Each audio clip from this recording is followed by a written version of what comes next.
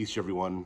Happy Saturday morning. It's raining here in Southern California. I can hear the drops just as I'm starting to film this video. This is a take two on a video that I was going to do, or that I already did, and I've since deleted because I need space on my phone. But the content of that video is important, and I just want to tone down a few things. There's actually several topics I kind of wanted to go over in a hopefully more positive way, though, this time around. And one of them is, and this is on the positive note already, is there's a reenactment. There's some videos of a reenactment that a friend of the channel sent to me. And basically it's a reenactment that is taking place in Alabama and I think on the Georgia border, based upon what people were saying in the video. It's kind of what it sounded like, where there was some traditional Muskogee style singing and Muskogee style dancing. I'm saying style because it's a reenactment. It was during the day. There's no fire, and there's aspects of some of the dances and aspects of some of the singing that I'm not so sure about. Now, I wasn't raised in a traditionalist family, right? But I will say that from what I've experienced in Oklahoma and from what I've also seen online from legit sources, there's some things I'm questioning about this, but at the same time, as a reenactment, it was pretty good. But there has to be this distinction made between the real stuff, a reenactment of the real stuff, in which case you're going to see what I saw, where people are trying to wear mostly historical clothing. And oftentimes their breechcloths are like flat tipped, not pointed tipped, which is the traditional Muskogee, like Creek and Seminole way of doing it, which you'll sometimes still see apparently. But so the real stuff today, where people are wearing usually cowboy hats, like the men are wearing cowboy hats and ribbon shirts and cowboy boots and probably jeans, but also people can wear whatever modern clothing they wear because they're still Muskogee people and they're just there to be Muskogee people and do the stuff, right? The reenactment, where they're trying to be more historical looking, but there's going to be some liberties taken with certain aspects of the song and dance, it would seem. And then powwows, which are totally a separate thing than anything that we have done traditional, right? Powwows are not the same as traditional Muskogee culture. Unfortunately, that's something that permeates certain groups. There is another friend of the channel that is related to Chief Dan Helms of the Santa Rosa tribe, and I need to respond to some messages. I'm really sorry, man. I need to respond to your messages and get back to you on some stuff. But I'm getting information that I need to confirm more about Santa Rosa, but it's nice to have a direct source on their stuff. But just everything I've seen is that it looks like powwow culture, and I don't know how much of this stuff they have. So I'm still trying to get more information, though. So that'll be in a future video, because I want to follow up on any Muskogee group that has any kind of a physical presence. I kind of want to know more about them, and I want to know what they're doing. Once I'm satisfied with what I know they're doing, if it remains as it is, I'll let you guys know and leave it there.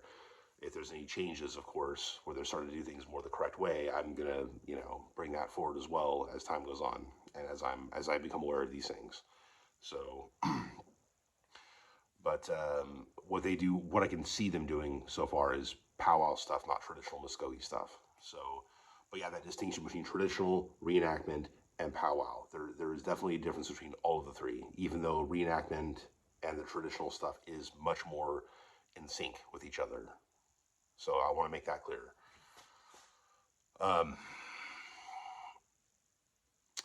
There's another issue that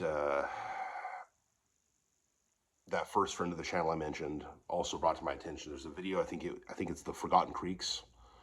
I believe that's the video that I'm thinking of, that I need to finish watching. I watched about 15-20 minutes of it. It's like a 45-minute video. I've been very sidetracked over the last month. It's been busy at work. There's been changes at work. I haven't been able to really actually listen to my podcast stuff, like my stuff or anybody else's stuff on YouTube, while I'm at work. Normally at work, I can do the stuff I have to do, and I'm alone in the warehouse, managing things and putting stuff together, and I can listen to stuff. And lately it hasn't been that way. There's been more people in there from the office, and we've been restructuring some stuff, and it's just, I've been going to do more, water heater installations and things of that nature. So it's been a busier time. And so that's why I haven't got around to responding to, Chief Helms' cousin, and why I haven't been able to follow up with these videos. But so I apologize for that. But anyways, the video, again, I think it's titled The Forgotten Creeks. And I think Deborah Haaland recently gave some praise to the Poarch Band of Creek Indians. I'm going to give some criticism of that praise. And I don't say that because I want to be overly critical of our Poarch Band brothers and sisters. I got a couple friends who are in Poarch Band, so I don't want to be like, mean-spirited about anything. I don't want to be overly aggressive and angry about some of the things I'm going to say here, but also in a future video. Because I do want to do a video covering the reenactment stuff I saw.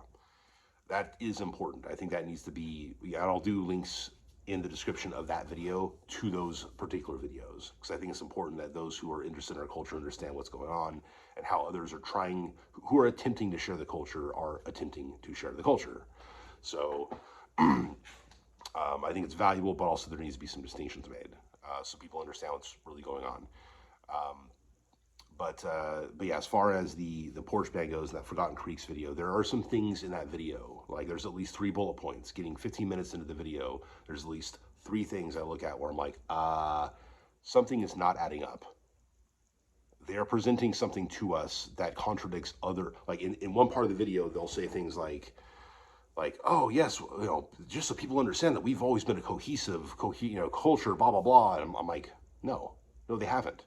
They weren't cohesive until the 1940s and 50s when Chief Calvin McGee actually started organizing them as a people. Because before that, they were just descendants of Muskogee Nation that happened to still be living in Alabama. Right? That's all they were. And of course, you had others connected that were in Florida, and there's a couple different groups that are all connected to the same group of descendants that kind of stayed behind and hid out and then settled in their respective locations to this day.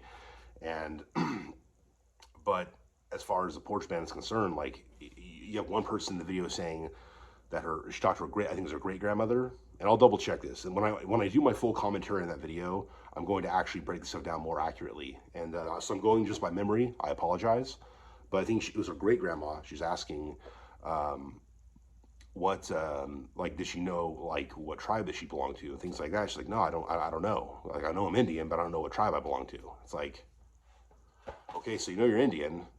Apparently you're a descendant of Creek Nation, but you don't really know that what tribe you belong to. Yet I'm supposed to believe that there's like a cohesive, coherent, another part of the video that says something about having a strong, like, enduring culture and yada yada. I'm like, no.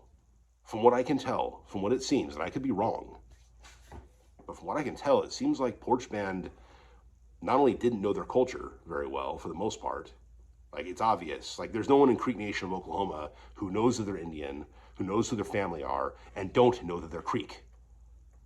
No one in Muskogee Nation of Oklahoma does not know that they're Creek if their family are Creek.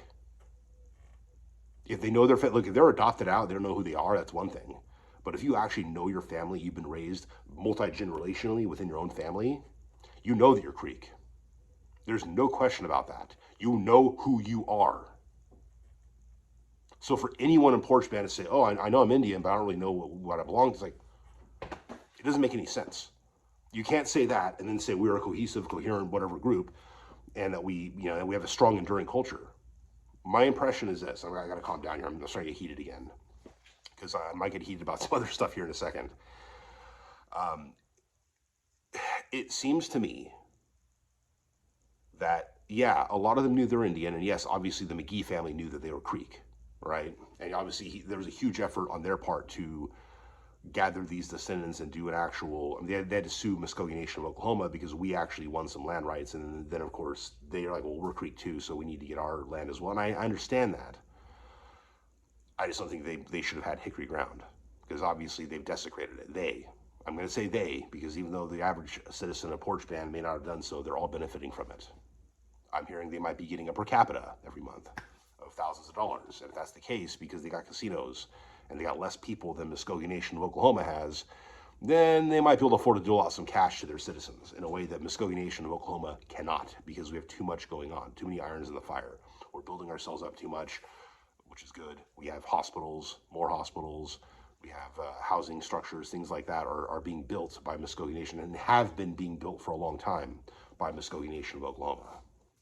Okay, and so Poarch Band has a closed, and their books are closed. You cannot become a citizen of Poarch Band right now unless your parents are already citizens. Like if you're the child of someone who's already enrolled, then you can become a citizen. But if you're not already the child, if your parents are not already enrolled, you cannot become a citizen. Their books are closed. So what does that tell you? That's what it tells me. Mucho, okay?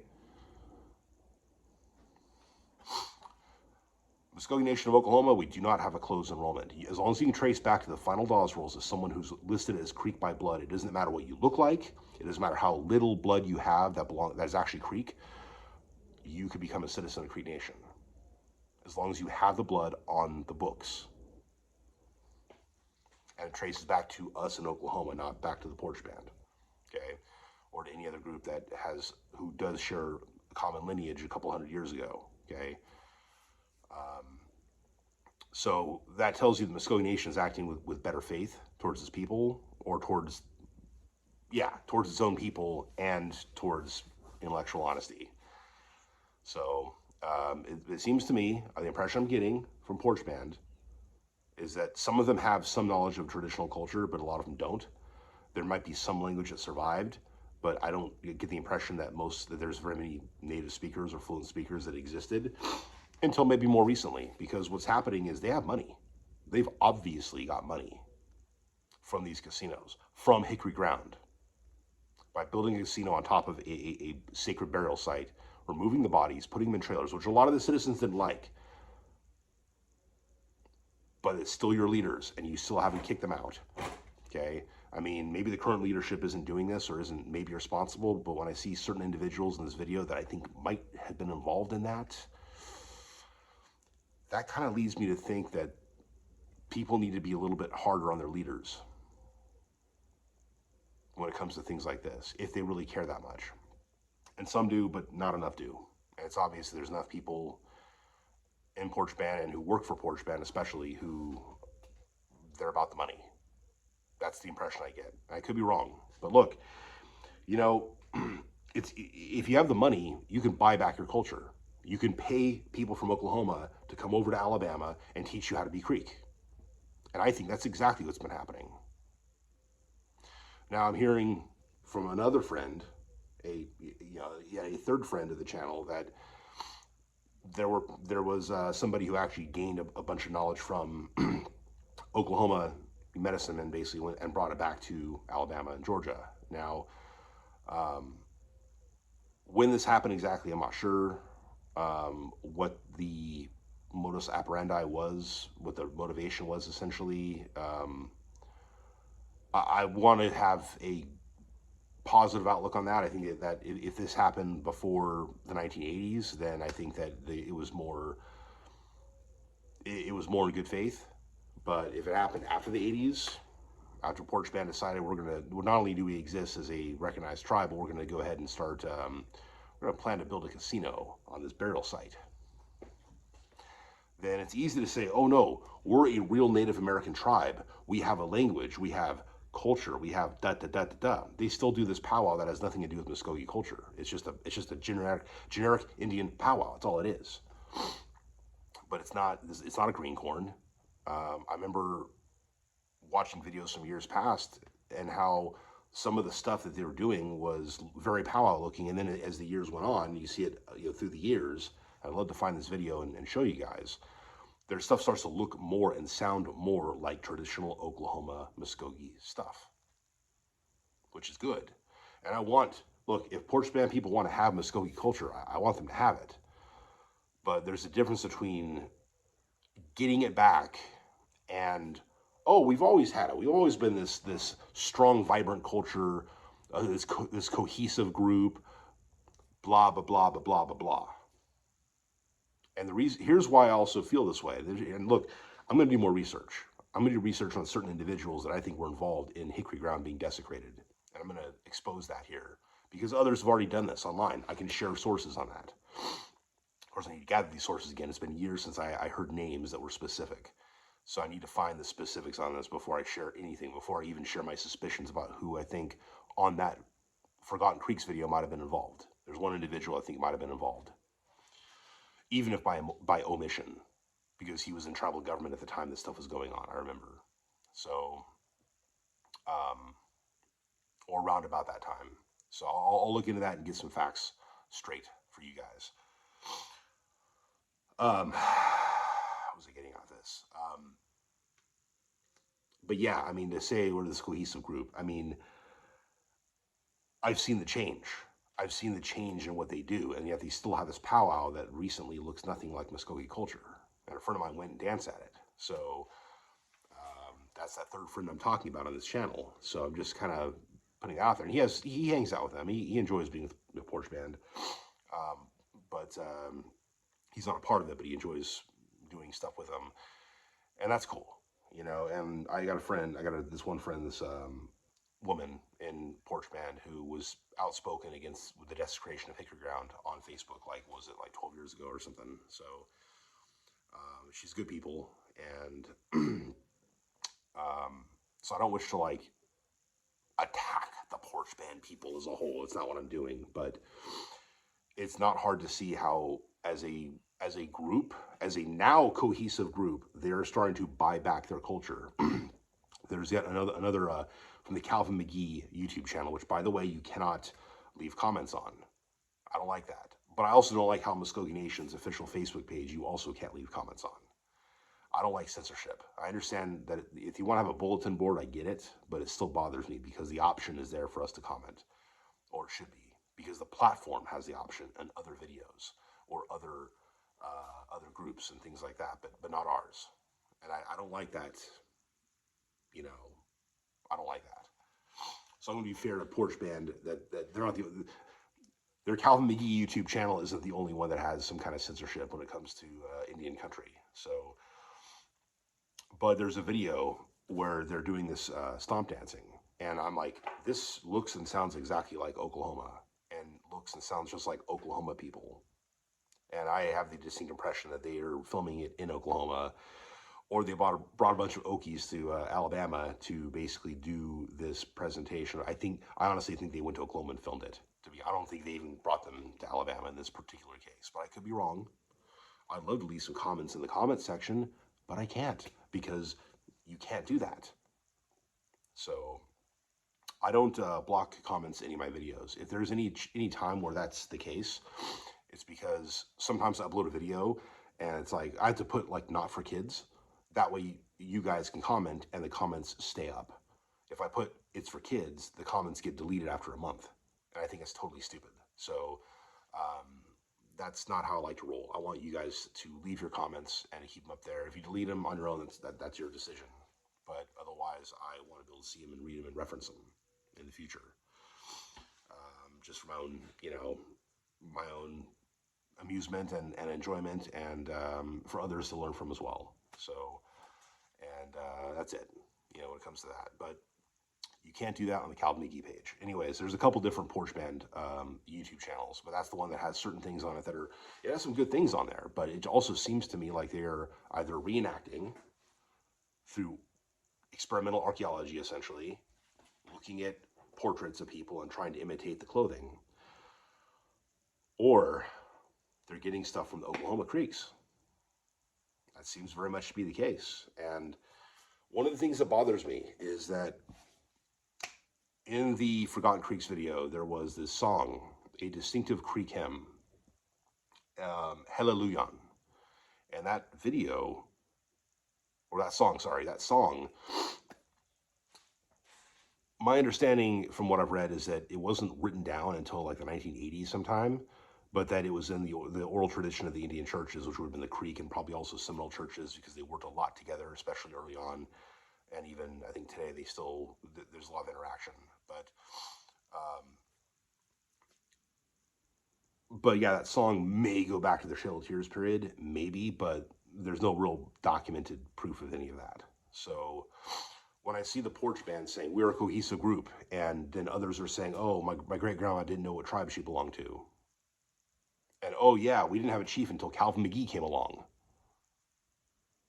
Well, there's inconsistencies in what they're telling us. It means that they're not keeping their story straight, or they all have different interpretations of what's actually happened, which is not exactly, a good presentation of history when you got conflicting things in the same video about the same group of people. So that is problematic to say the least. Okay, this isn't having a different political view. This is literally having a different set of facts that do not agree with each other, or set of alleged facts that do not agree with each other. Okay, I think the woman really didn't know what tribe she belonged to, but that means that, and Calvin McGee was their first chief. That means that they were not a cohesive, group prior to Calvin McGee. They were not. They were just a bunch of descendants of Creek Nation that lived in old lands, and they didn't go on the Trail of Tears. So the Hallelujah song, it shows up in this Poarch band video, and it's like, I'm seeing similar stuff happening in the Muskogee Nation of Florida videos. I guarantee that the recordings they're using of the stomp dance type songs are probably taken from the stomp dance CDs that were produced. I can't remember who produced them, but you can find like I think it's like Stomp Dance of the Muskogee Creek People. There's like several different CDs out there. Like one has like two have the same picture, but one has a red, one has a blue label. There's another one that has like have a dark orange, and one's got like a yellow label. And they were recorded in the 1960s, some of them. And since then, they've been in the 2000s they were put on CD, or the late 90s they're put in CD. And I bought them in the 2000s, and I'm pretty sure that some of those tracks are what's showing up on these Muskogee Nation of Florida videos and some of the Poarch band stuff as well. But when I'm hearing the song Hallelujah, I'm going like, well, that's an Oklahoma Indian hymn. Why are you putting that on a presentation for Poarch band? Because Poarch band didn't use that song. If they're using it now, maybe they got their hands on one of these, decades ago, and are now singing the songs. And I mean, look, I'm totally cool with that. You know what I'm saying? Like, if you want to sing, there's some beautiful songs. And Mr. Ira Walker, as I put in my last video, the guy sings beautifully. And I want to see these songs continue on. But keep in mind that historically, that these songs did not belong to the Poarch band. These are Oklahoma Creek songs, Creek and Seminole songs. And the real legacy is that of the Oklahoma Creeks, not of the Creeks as an entire racial group. I want to make that point very clear. This right here, this is Oklahoma Creek singing right here. And if the whole world wants it, they can have it. But they got to acknowledge where they got it from. And that includes the Poarch band. Because I don't want anybody taking this stuff, putting it in their presentations, and acting like it was theirs to begin with. And that is the intellectual dishonesty that I'm seeing in that video, is that this is being taken and used as if they already had it the entire time. And I don't care if they've been using it the last 20, 30, even 40 years. Okay? Well, of course, Hallelujah wasn't actually published 40 years ago. Okay? Like, they would have had to gain it from, again, paying people to go back to Oklahoma, or paying Oklahoma Creeks to come back to them to teach them stuff. Okay? And that's the only way they would have had a Hallelujah before it was published. Would have been through gaining people from Oklahoma to teach them. And again, that's fine. That's fine. But be honest about where you got it from. Because do not present yourself as always, we're this cohesive group. And then you're using a song that you didn't create. Your ancestors had nothing to do with that song. That's the issue that I take. Also, and this is a warning, and I'll close out with this. There's another song called Baby Nocha, and there's a distinct history with that song. Now, I have not seen it yet on any Poarch band videos of any sort, and I'm going to keep watching. I'm going to dig. And if I find this song in any one of their productions, and it's not presented specifically as an Oklahoma Creek song, or presented in the context of the Trail of Tears, which their ancestors weren't part of, mine were, okay? And not just my Upper Creek ancestors, but my Lower Creek ancestors. Many of them apparently were actually part of that era of migration. Basically, I have ancestors that were on the Parson Abbott rule at Coweta.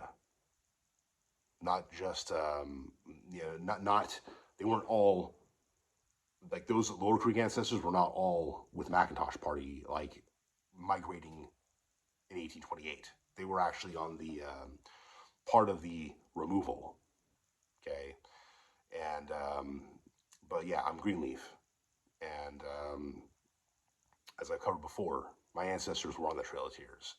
And once I learned about that song, Baby Noja, and once I learned the why it was created, to cover up the sounds of gunshots and cannon fire that the soldiers were using to try to round all of us together at night so we wouldn't disappear. And it kept scaring the babies and waking them up. And the women had to create a song specifically to calm the babies down. It's a beautiful song, but it's also like, that's the terrible history. That when you know about what happened during the removal, that's the terrible history that song was created around. If I ever see that song in a Poarch band production, I'm going to expose that. I'm going to be very, very upset because their ancestors had nothing to do with the Trail of Tears. They were not on the Trail of Tears. And this is a forewarning. I don't know if this is in any production. Hopefully it's not. But I'll keep looking. And if anybody else happens to find that song in a Poarch band video, let me know. Now, there's nothing I could do about it from a legal standpoint. All I could do is influence the court of public opinion. And I will. If I ever see that song outside of our Muskogee brothers who went to Oklahoma suffer the Trail of Tears, and then in the background you hear Baby Noja, right? Okay, that's fine. But don't ever, ever use that song as if it's, oh, these are our ancestors, we're a cohesive group, we have a strong, vibrant culture, blah, blah. No, don't ever do that, because I will be pissed, and others will be pissed, rightfully so. And I will make sure that others are pissed about it. I will rile people up over that to the best of my ability, which may not be very well. I may not be very successful at that, but I'll try anyway, because that would be inappropriate. That'd be very inappropriate to culture vulture that song away. I already feel like on some level they're doing that with Hallelujah, but I don't want to be mean about that, because again, I want these beautiful Muskogee hymns, especially if you're a Christian. I want you to have these songs and use them. I don't care if you're Poarch band, Oklahoma, Tama band, Muskogee Nation of Florida, Santa Rosa tribe, Perdido Bay tribe, which is kind of Pretendian-ish. I hate to say it. Or if you're Seminole from Oklahoma or Florida, or if you're Stahetki, Stilesti, white or black people. If you're maybe Satani, yellow people. They say that, Asians. If these songs touch your heart, then I want you to sing them. So actually, that's what I want to close with. Really, is that even if even if this is not part of your original heritage, this is something that if you want to sing these songs, I encourage you to sing them, because they're beautiful and they'll bring you closer to God, I feel. And that's what I want to see happen. But also I want to see truth and intellectual honesty when it comes to our history, because I'm a history nerd. I'm a nerd when it comes to this stuff. And but I also take certain things personally. If I feel like someone's going to say that their ancestors dealt with what my ancestors dealt with and they didn't, or they say, oh well, something along those lines, or they try to take something that we created and pass it off as if it was something they created. That's the intellectual dishonesty I do not want to see happening. And I've already seen it happen in at least one Poarch band production. And I kind of see the remnants of that maybe in others. And I'm going to keep calling it out as I see it. But I'll get more specific once I do a full breakdown of that video. And I will give you guys names. I'll give you times during that video. and I'll make it very clear what I think is wrong about certain parts of it, because there are things that need to be called out, I feel.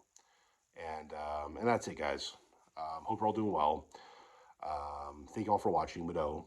And until next time, Hadam Chi Chathleys.